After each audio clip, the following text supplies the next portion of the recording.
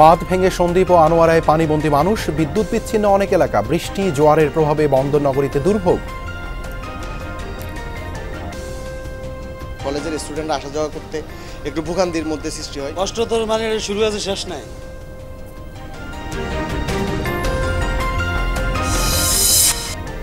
অনুকূল আবহাওয়ায় হালদা নদীতে পুরো দমে ডিম ছেড়েছে কার্প জাতীয় মা মাছ, ছোট ছোট নৌকায় সংগ্রহে ব্যস্ত স্থানীয়রা।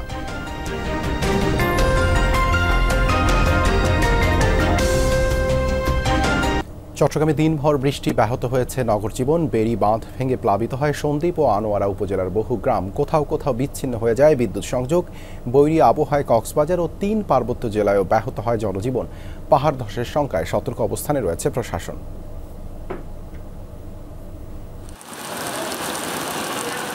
সকাল থেকে চট্টগ্রামে কখনো হালকা কখনো বা মাঝারি থেকে ভারী বৃষ্টিপাত হয়েছে। সাগরে জোয়ার আসার পর দুপুরে তলিয়ে যায় নগরীর বেশ কিছু নিচু এলাকা, এতে ব্যাহত হয় নগর জীবন। অফিস আওয়ারের টাইমে অনেক বেশি ভোগান্তি হয়। কলেজ আছে, কলেজের স্টুডেন্টরা আসা যাওয়া করতে একটু ভোগান্তির মধ্যে সৃষ্টি হয়। কষ্টতর মানে শুরু আছে, শেষ নাই। প্রতি বছর তো এই অবস্থায়।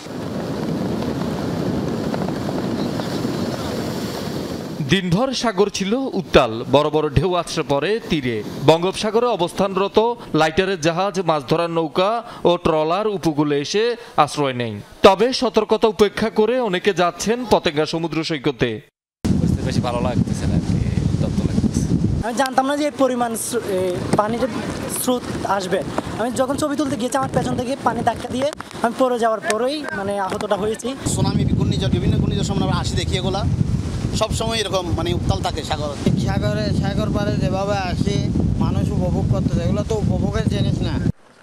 বৃহস্পতিবার গভীর রাতে বৈরী আবহাওয়ায় ঢেউ ও বাতাসের তোড়ে দুটি লাইটারের জাহাজ দুর্ঘটনার কবলে পড়ে। নিয়ন্ত্রণ হারিয়ে জাহাজগুলো পতেঙ্গা চরপাড়া বেড়িবাঁধে এসে আঘাত করে।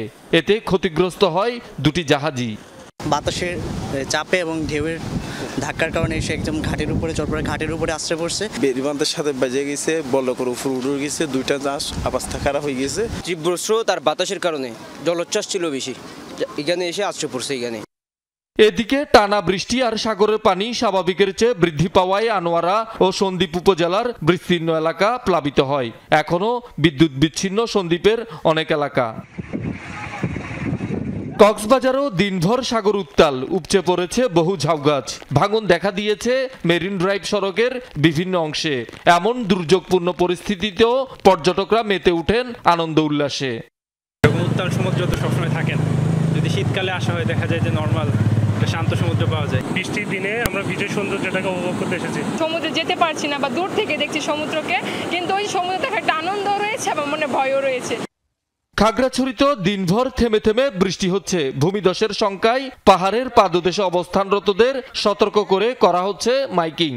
4টা আশ্রয়কেন্দ্র খোলা হয়েছে, শালবনে 2টা, আর বাকিগুলো হচ্ছে কুমিল্লা টিলা আর সবুজবাগে। ভারী বৃষ্টির একটা পূর্বাভাস এখন পর্যন্ত আছে, সেহেতু আমরা পূর্ব প্রস্তুতি হিসেবে আমরা সবাইকে হয়তো সরিয়ে নিচ্ছি। বান্দরবানে দিনভর বৃষ্টি হয়েছে, এতে সাঙ্গু ও মাতামুহুরী নদীতে বেড়েছে পানি। পাহাড় ধসের শঙ্কায় সতর্ক করতে চলছে মাইকিং। রাঙ্গামাটিতে সতর্ক অবস্থানে রয়েছে প্রশাসন। পাহাড় ধস এড়াতে ঝুঁকিপূর্ণ এলাকা পরিদর্শন করে ভারী বৃষ্টিতে নিরাপদে সরে যেতে স্থানীয়দের নির্দেশনা দেন জেলা প্রশাসক। ঝুঁকিপ্রবণ এলাকায় বসবাস করে পাহাড় ধসের ঝুঁকিপ্রবণ এলাকায় তাদের নিরাপত্তার জন্য আমরা প্রয়োজনীয় ব্যবস্থা গ্রহণ করেছি। শহীদুল সুমন, যমুনা নিউজ। আবহাওয়ার পরিস্থিতি জানাতে চট্টগ্রাম থেকে যুক্ত হচ্ছেন সহকর্মী মামুনুর রশিদ অফি। উপকূল অতিক্রম করেছে নিম্নচাপটি, বন্দরনগরীর আবহাওয়া এখন কেমন?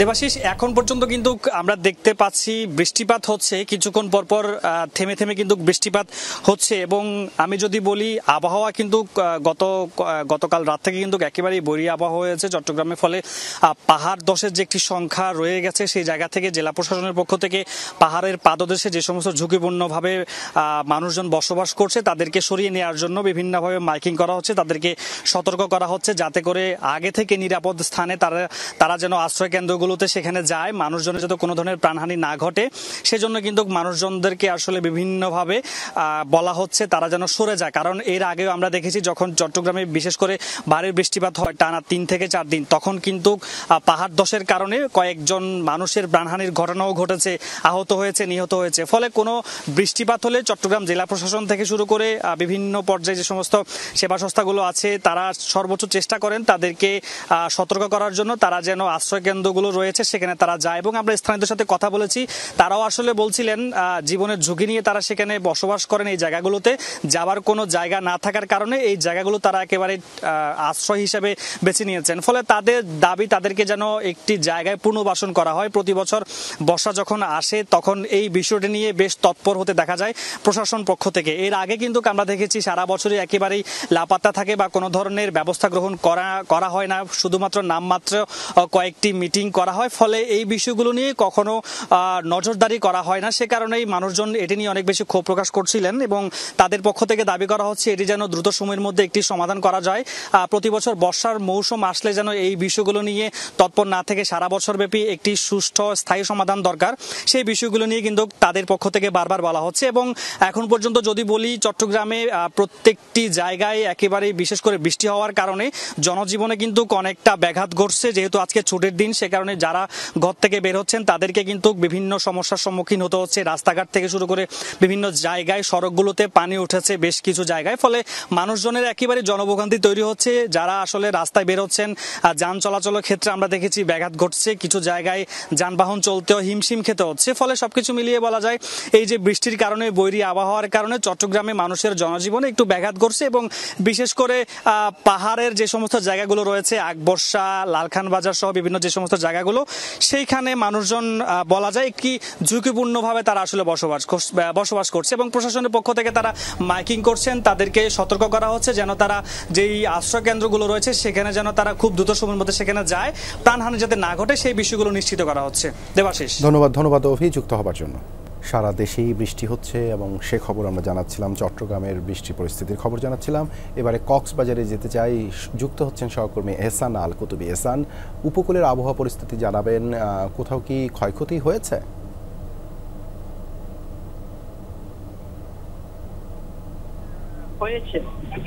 বিশেষ করে কুতুবদিয়া, মহেশখালী, তারপরে সেন্ট মার্টিন, টেকনাফ, পেকুয়া সহ এই নিম্নাঞ্চলগুলো, এখানকার এই এলাকাগুলো যে নিম্নাঞ্চল রয়েছে সেখানে কিন্তু বেশ কিছু বাড়িঘর তলিয়ে গেছে পাইপে এবং বেশ ক্ষয়ক্ষতি হয়েছে।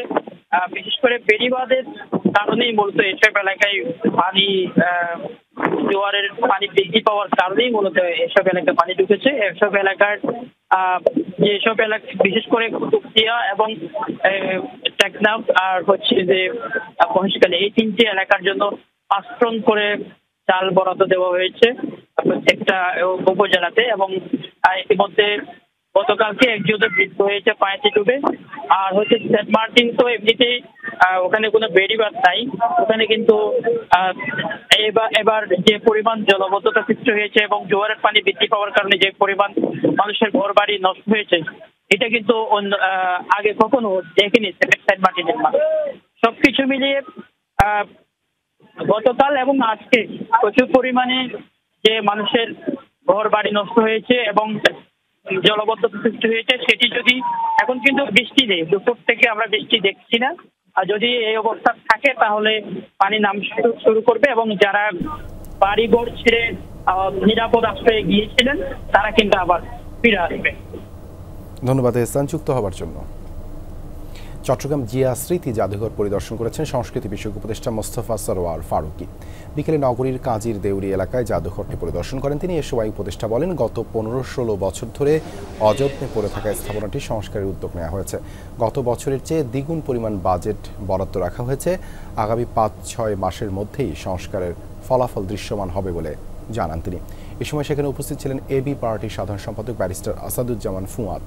আজকে কিছুক্ষণ পরে আপনাদেরকে যে ডকুমেন্টারিটা দেখানো হবে, 10 মাসের মধ্যে আমরা যদি এই মিউজিয়াম পার্টিকুলারলি বলেন, আমরা একটা উদ্যোগ নিয়েছি, সেটা হচ্ছে এই যে এটাতে যে বরাদ্দ ছিল সেটা আমরা ডাবল করেছি। হয়তো আপনারা আগামী 6-7 মাসে এটার একটা ফলাফল দেখবেন। সকল রাজনৈতিক দলের অংশগ্রহণে একজন জাতীয় স্বীকৃতি দেওয়া, একজন জাতীয় নেতাকে স্মরণ করা, সেই জন্য অন্তর্বর্তীকালীন সরকারকে ধন্যবাদ জানাচ্ছি। প্রাকৃতিক মৎস্য প্রজনন ক্ষেত্রে চট্টগ্রামের হালদা নদীতে ডিম ছেড়েছে মা মাছ। অনুকূল পরিবেশ পাওয়ায় বৃহস্পতিবার গভীর রাত থেকে ডিম ছাড়া শুরু হয়। ভোর থেকে ছোট ছোট নৌকা নিয়ে ডিম সংগ্রহ করছেন স্থানীয়রা। তারা জানান হালদা নদীর আমতুয়া এলাকায় পুরো দমে ডিম ছাড়ে রুই, কাতলা, মৃগেল, কালীবাউসের মতো কার্প জাতীয় মাছ, মা মাছ। ডিমের পরিমাণ বেশি হওয়ায় খুশি সংগ্রহকারীরা। কয়েকদিনের ভারী বৃষ্টি এবং পাহাড়ি ঢলে হালদায় অনুকূল পরিবেশ সৃষ্টি হয়, পুরো দমে ডিম ছাড়ছে মা মাছ।